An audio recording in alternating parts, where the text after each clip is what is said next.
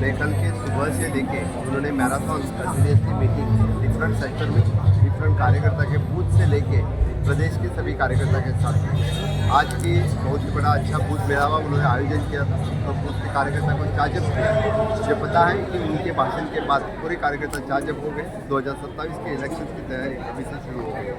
वो खास करके दोनों डिस्ट्रिक्ट की टीम को मिले, हमें सभी एमएलए को मिले, सभी यहाँ के पूरे कोर टीम और मिनिस्टर्स इनको मिले। उनका मार्गदर्शन हमें सब पर संगठन और सरकार एक ही तरह से करने के लिए, डेडिकेशन से काम करने के लिए उनका मार्गदर्शन मिला।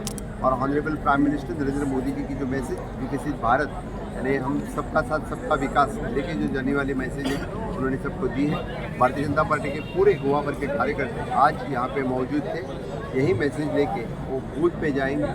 100% उनकी जो टारगेट है यानी बूथ का कार्यकर्ता अपना बूथ यानी 50% से कुछ ज़्यादा वोटों से जीते, यही मैसेज से भी लेके गए। मुझे पूरी उम्मीद है क्योंकि आज के इस 2027 के इलेक्शन की तैयारी आज से ही शुरू हो गई। आगे आने वाले 27 के इलेक्शन में भारतीय जनता पार्टी मेजॉरिटी से, जो हमारा स्लोगन है 27 में 27 सीट जीत के फिर एक बार डबल इंजन की सरकार मोदी जी के नेतृत्व में गोवा में आएगी, ये मुझे पूरा विश्वास है। जिस तरह से इंफ्रास्ट्रक्चर डेवलपमेंट और ह्यूमन रिसोर्स डेवलपमेंट गोवा कर रहे हैं, जिस तरह से पर कैपिटा इनकम हो या जीडीपी हो, गोवा की ग्रोथ हो रही है, जिस तरह से India Energy Week IEW India Energy Week का यहाँ पे आयोजन हुआ और जिस तरह से इतने बड़े बड़े कार्यक्रम यहाँ पे भारत सरकार यहाँ पे आयोजन कर रही है, उनका फोकस है being as a tourism capital, being as a creative capital.